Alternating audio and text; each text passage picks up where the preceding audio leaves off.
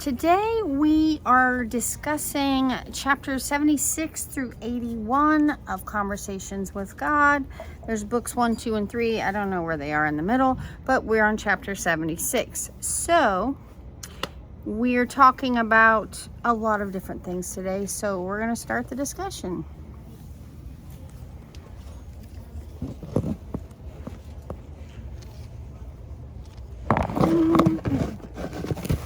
Okay.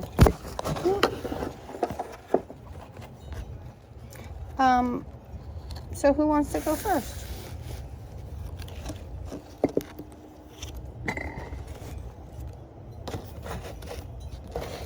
Okay, Mel. Okay.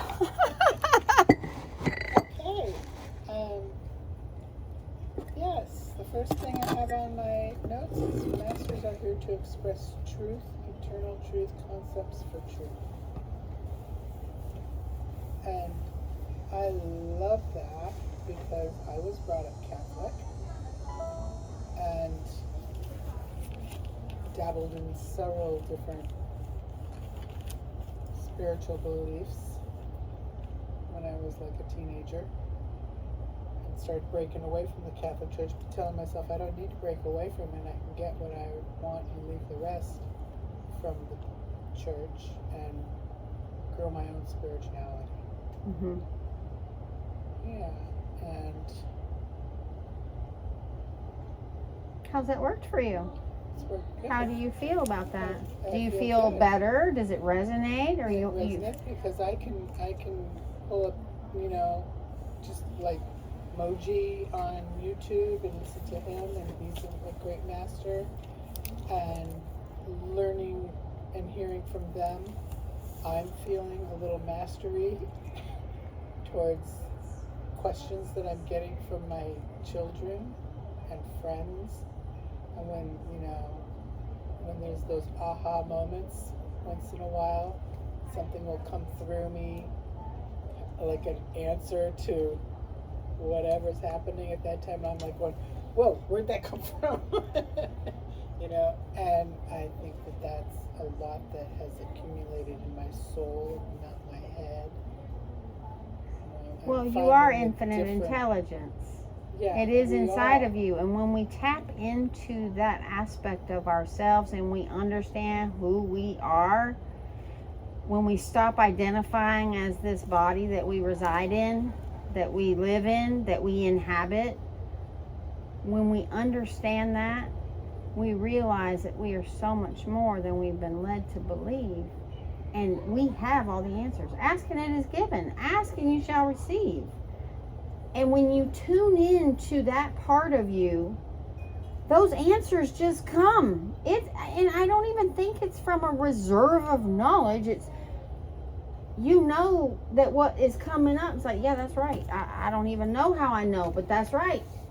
And answers will just come the more in tune you get with who you really are. To thine own self be true. Woo, girl.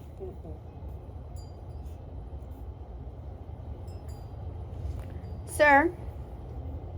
Well, let me preface by saying I won't have as much to say as I think and feel, because I've always believed one to soak things in and meditate on them and get to internalize them and know them quietly. And also I've always believed that the more you say, the less, it's kind of like you give up the power of the thought and experience by saying it. Okay. But anyway, I have a similar experience as you. I've always believed that, faith and religion is probably more or less. There was a theologian, Brother David Steindl-Rast, who taught that faith and approaching God is kind of like being on a wheel with spokes, and so different people are on different spokes headed towards the center, but we're all basically headed towards the center. But the point that is particularly relevant is that you are where you are. There's kind of, let's say it's a lot of extra work for someone raised Episcopalian or Catholic to try to become a Buddhist. It's not impossible, it's not irrelevant, but it's also maybe not necessary, because with whatever background you were raised, you can take in all these other things, which I actively do. One thing which I took in today, you remarked on earlier, that's particularly beautiful and cogent, is this idea of relationship as opportunity for growth, for potentiating growth of the other, for celebrating the growth of the other, for celebrating your own growth, for finding celebration from the other in your growth, and encouragement in that sort of self-fulfillment, and the finding of meaning and becoming who you are. I especially liked the idea of being free, giving yourself license, even encouragement, to see the other as more, as who they are, even if it's, and probably is, more than who they think they are, more than who they reveal themselves to be and acknowledge themselves to be. And I especially am drawn to the notion that by doing that, you help give them the freedom to believe in themselves and be more than who they reveal themselves to be, know themselves to be, try to be. And that's kind of a beautiful and much less transactional view of relationships, which, you know, I've all my life believed in relationships as a transactional obligation. You choose to oblige, to obligate, which is one reason a good marriage can last a long time, but maybe can't last forever. Maybe can't, I mean, I think to some extent humans evolved many of their structures to last 30, 40, 50 years. We don't have a history of living to 70, 80, 90, or 100. So the structures and beliefs and ways of being we've evolved aren't ready for that. And so maybe I've thought at times marriage is something that we reach sort of a maximum point of growth, and then maybe we need to move on to a different relationship and a different way of being. So. Okay. Yes. So I love that you touched on the opportunity instead of an obligation. That is transformational in itself, to understand that the definition of love is to give, to help, to do, to it's a being, it's a doing word. It's a feel, it's not a feeling, it's an action. And the feeling of being in love goes through these things, and most people think when it's up here that is what love is, and then when that you know, all that stuff wears down, it's not feeling the same, and I gotta move on, and this isn't right, and yet that's not. The love is dying. Yeah, no, the love is changing. It's evolving. It's in a different season. And when we come to understand that, it's always going to be, life in itself is up and down, and relationships are up and down. And when we understand a relationship to be somebody that we, and this is romantic or friends, or they're going to have those ups and downs. It's normal. It'd be weird if everything was freaking perfect all the time. That's not life. You don't get to experience growth when everything's perfect all the time, because what's going to grow? It's always perfect. You have to have the down to experience the feeling and the creative ability and power of the upgrowth. The things that we desire come out of the things that we feel we lack or don't have or aren't where we want to be it's in those times. Are you sort of saying there's the adversity around us is an opportunity for growth, Yeah. not something to suffer? Absolutely. When you shift your perception, he was talking about later about in the end, you become aware that all these things are just part of your center. Go to the center of the spoke of the wheel. When you get to the center of the wheel, you realize that there could be, swirls on that spoke. There could be it doesn't have to be a straight line spoke. So many people think that life it should be a straight line, and it should not be a straight line. But when you understand that there's gonna be all these things, and when you come to realize and be at peace with knowing that this is actually a good thing, this is benefiting me, the pain is not there. And I personally experienced this recently, and when I decided to let something go in my life that I just felt like I needed to let go, and I did, I was at peace. When the old Casey would have really been in a dark place for a couple of weeks. And I had like a 6-hour meltdown, and then after that I went to sleep, and I was good. And then it resolved itself. But not without contrast. I had to release it, experience some contrast, still be at peace. No, I didn't want the contrast, and then everything righted itself. And I didn't have any pain involved in that. It was a pain-free contrast experience, because I knew that what's behind me is gone. It's clearly for my benefit to be here. Why am I going to be upset that what's gone is gone when I'm here now? Okay, what's next?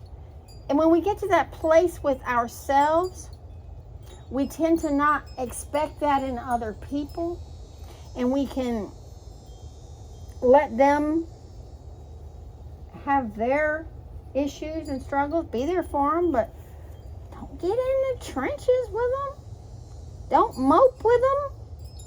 Be there to be the encouragement. Believe in them more than what they believe in themselves. That's what he was talking about. When we treat our partner as somebody that we're there for mutual growth, mutual understanding, but we're not there to keep each other down and to focus on the downs in life. We got to mutually be understanding that, hey, we're going this way.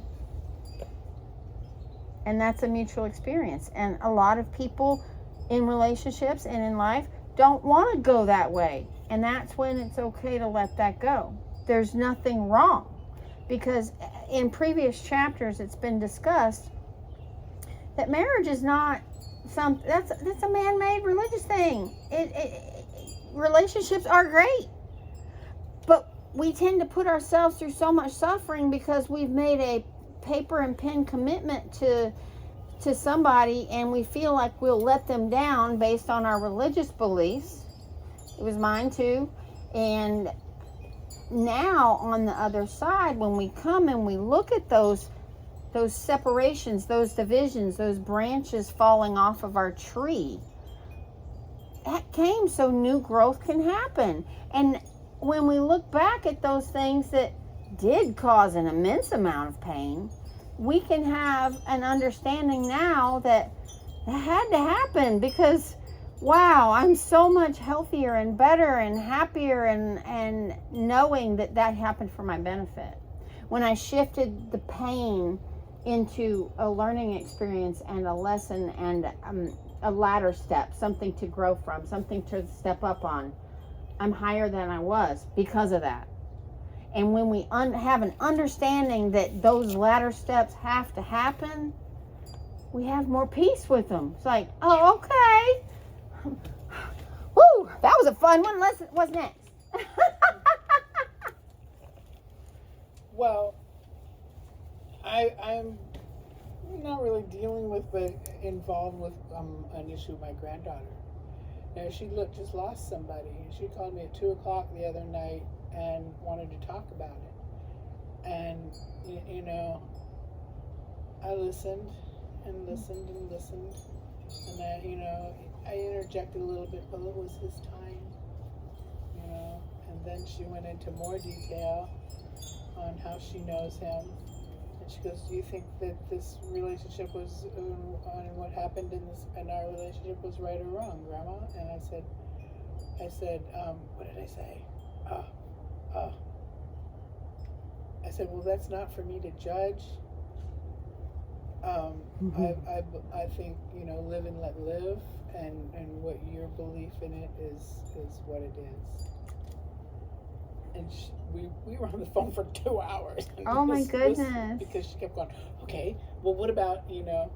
But you're imparting your wisdom from letting her speak and hear herself and Exactly. and learn from her. A lot of times we just need to get stuff out. We don't need somebody to tell us how to fix it, because the whole act of, like you were saying, you like to internalize it, but the whole act of getting it out is the healing. Because as I've been to therapy for, you know, for a while, and when I got done, I was like, "Well, thanks for letting me talk about my stuff and figuring it out, and thanks, and thanks for listening," because that's it. You hear yourself and you're like, the solutions come. When you hear yourself speak it out loud, the solutions come. And you realize it wasn't that bad. And you realize, okay, whew, I'm better now. I remember somebody starting not too long ago, he always would say, "Well, how does that make you feel?" Mm-hmm. And he kept doing that. Every time I would talk about something, "Well, how does that make you feel?" And I'm like, you know, it just didn't take long before I'm going, "Okay, you know, I know how that makes me feel. Like, I'm pissed at you for not helping me out with it," you know. Mm-hmm. It's funny. Life is funny. It's a beautiful, beautiful thing. And one of the other topics that,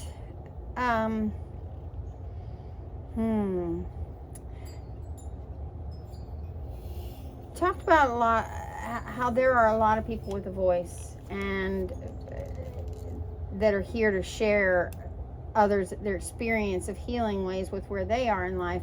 And I'm finding that to be excessively true. I'm finding more and more people that are speaking up, that are saying something, that are getting involved, that are using their voice in their area instead of being silent. They're sharing their story. They're sharing their journey. And I'm finding that extremely amazing and uplifting, because that helps more people become aware of the fact that they're not alone, and that it's like a helping hand for some of those on the lower rung of the ladder that are just getting started or just figuring life to be more than it is. And because otherwise you just walking, and then all of a sudden you wake up and there's this ladder put in front of you, and you start climbing it step by step, day by day, and just don't look back, because that's when you fall, and then it brings you right back. It's no good. But we need those voices, and I want to encourage you, if you are somebody that has a voice but has been keeping it quiet because of fear of what somebody thinks or what their opinion might be, but you keep feeling like you need to say something, I implore you to speak to who you feel led to speak to, in what way you feel led to speak, because your voice is for somebody. That's one reason I'm writing the play. That's fantastic. I love that. Wow. Yeah. I'm writing a book. You're writing. That's going to be for future generations, and I think it's fantastic. I think it's going to be fantastic when my kid sees all my journals. He's going to say, Mama was very grateful, and she was a lot of, that's mostly what I write. Grateful for, and I write it in my dreams as they are. Grateful for these things. And he's going to see the power in those Gratitude is. gratitude writings. Oh, Mhm. Okay, and now here's something. Life is a meaningless journey of meaninglessness. I love that. And what that means to me is you can't screw it up. You're not going to get it wrong. You can take a left if you've got an opportunity to take a left or a right, and you take a left, and guess what? If the right was the way you were supposed to go and you chose left, there's going to be future opportunities to make those right turns to get you back to where you need to go. Trust the path. You can't mess it up. You just if you make what you feel to be a wrong choice in life, there's going to be consequences and things and shifts that get you back where you need to go, but there's going to be contrast involved in that because you took the harder choice. You took the hard way. You can have the easy way or the hard way.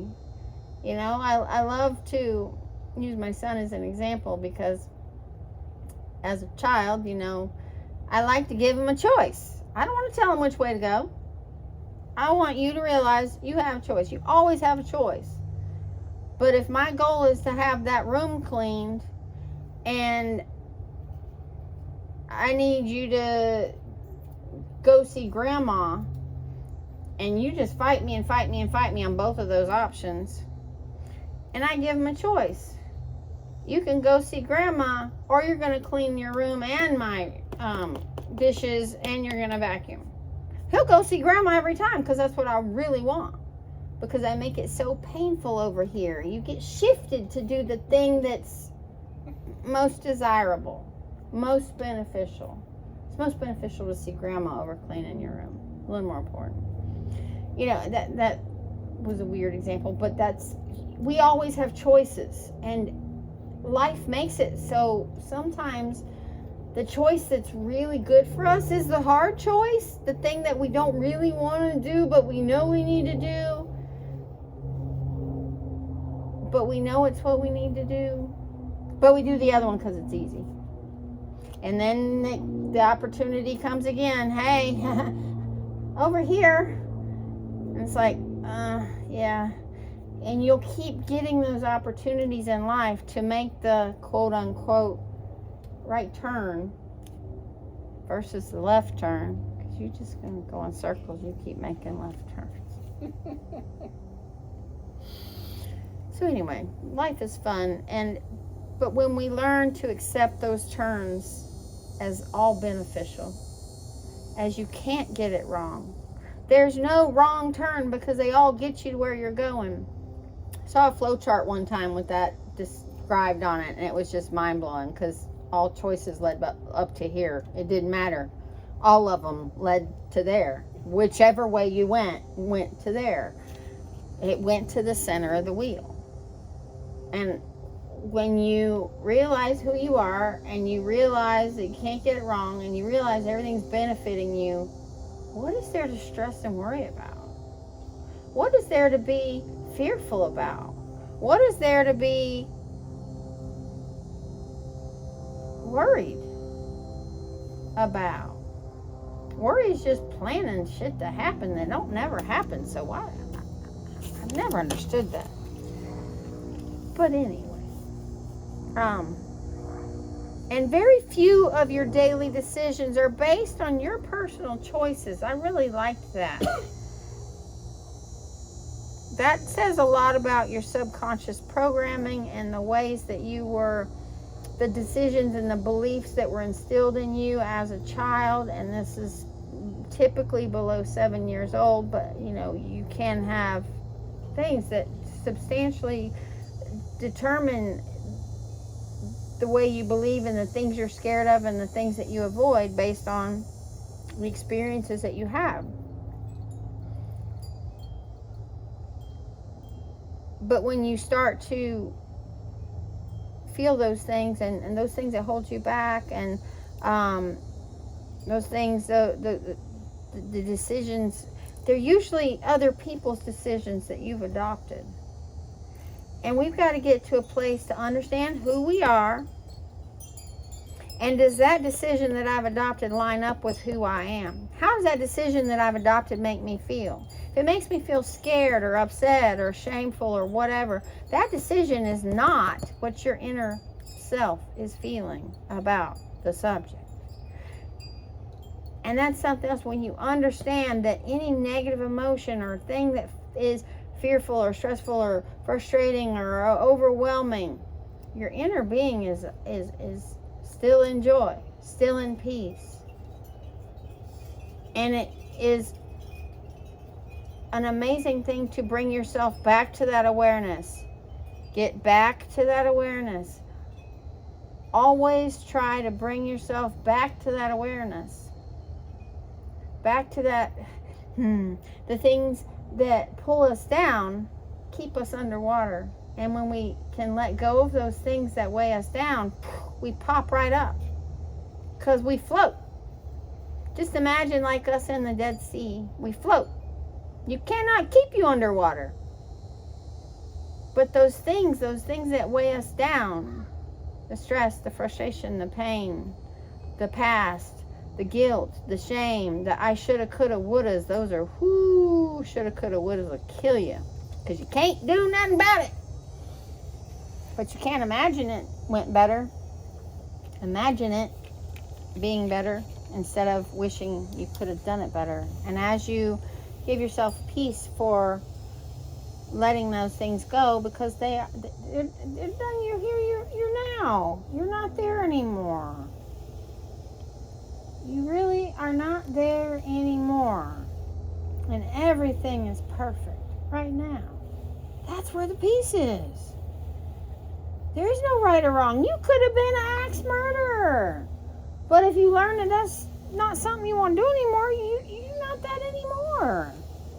And you're probably a really cool guy now. I'm using hypotheticals, of course. But you can totally change. I know so many humans that have completely shifted their life after a consequence of said bad choice. People can change.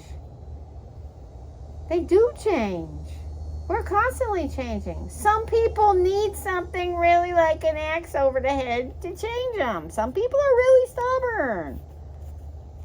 But the more that we let go of that rigidity of form that we believe we need to maintain and be in to maintain others' perceptions of who we are, but it goes against who we are, you need to drop all that. If it don't feel good to do something or be something around somebody, and it's like that walking on eggshells feeling, ooh, that's not who you need to be around. If you got to walk on eggshells to be around somebody, then that's not the person that needs to be around you. And I've learned that when you let those go, or you stand up for yourself and they change, got two options, you always have a choice. If they don't change, they're not for you. That's a branch that needs to go. It needs to fall in the woods. Let somebody else walk on it, or be walked on by it, or it's not your problem. Hit somebody else in the head. Let somebody else get hit in the head by that branch. Woohoo! But it ain't yours no more. Do you have anything to say?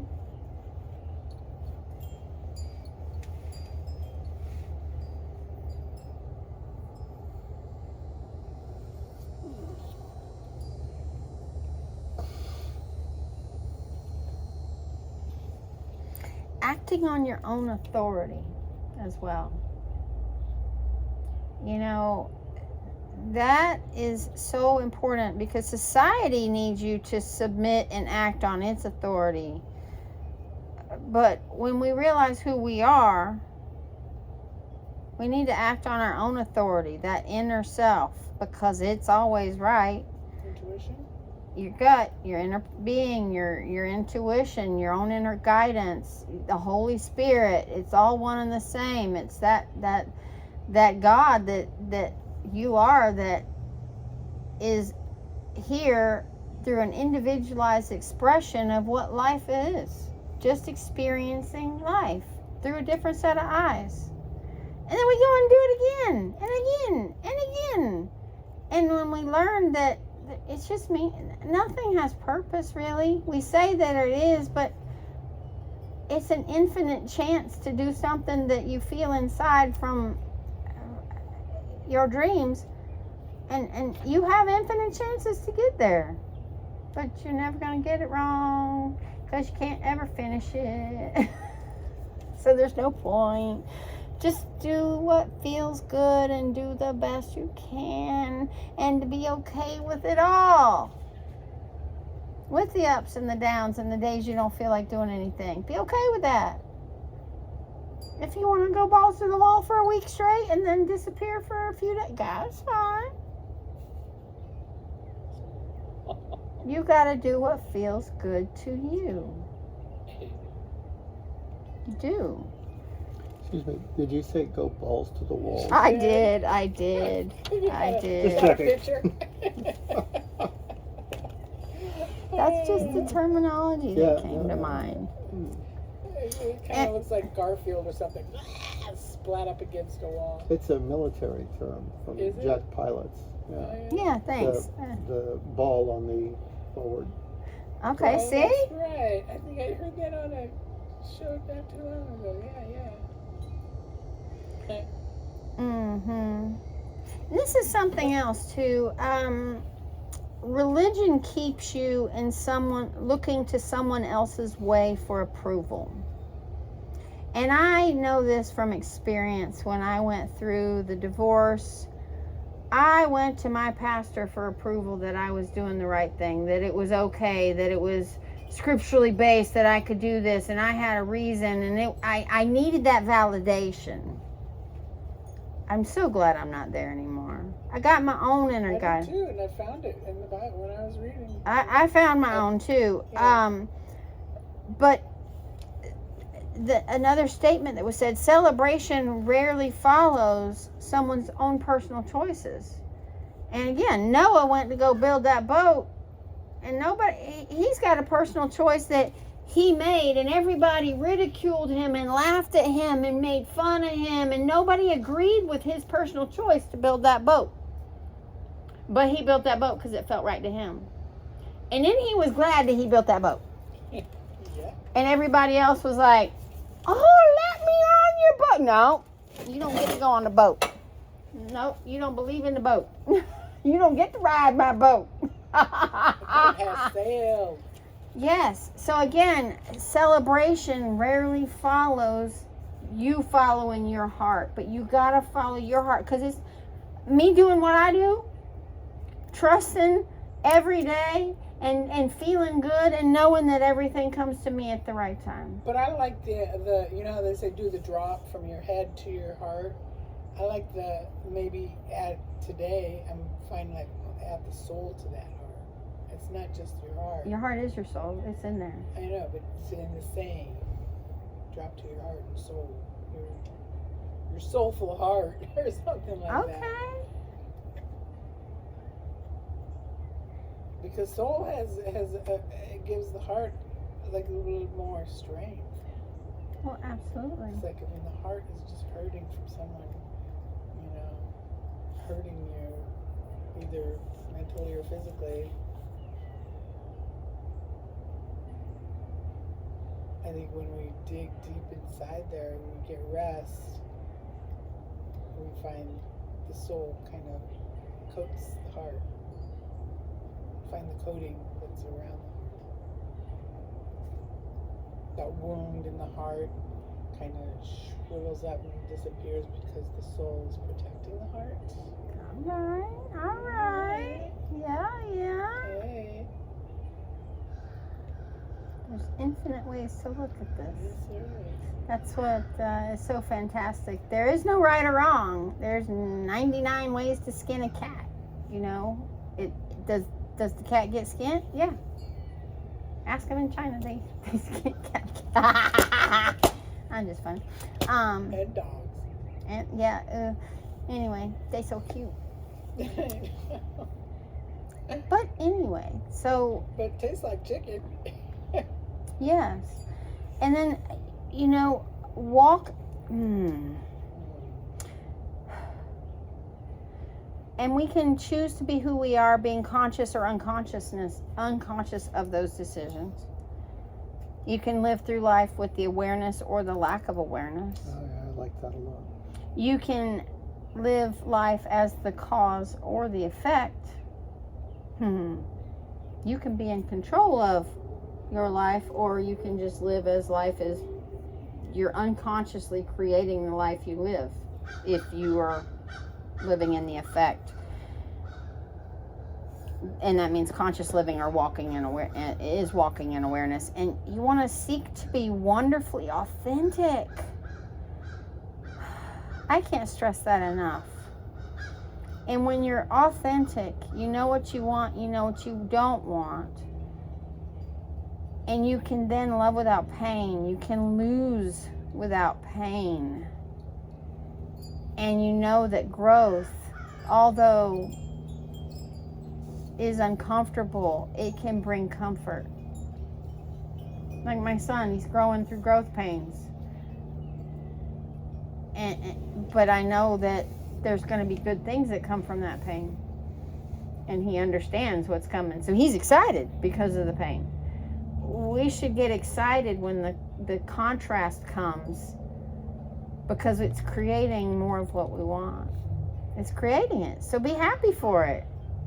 And the more aware that you know that those things come, not steal, kill, or destroy, but to clear a path and make a way for what you want. Life is just so beautiful. That's been my mantra lately, on top of my I am whole, perfect, strong, powerful, lovely, harmonious, and happy. But life is so beautiful. All of it. All of it. It's all abundantly gorgeous. All of it. All of it. Well, I think that's it. If nobody else has anything to say, do you? I'm good. You're good?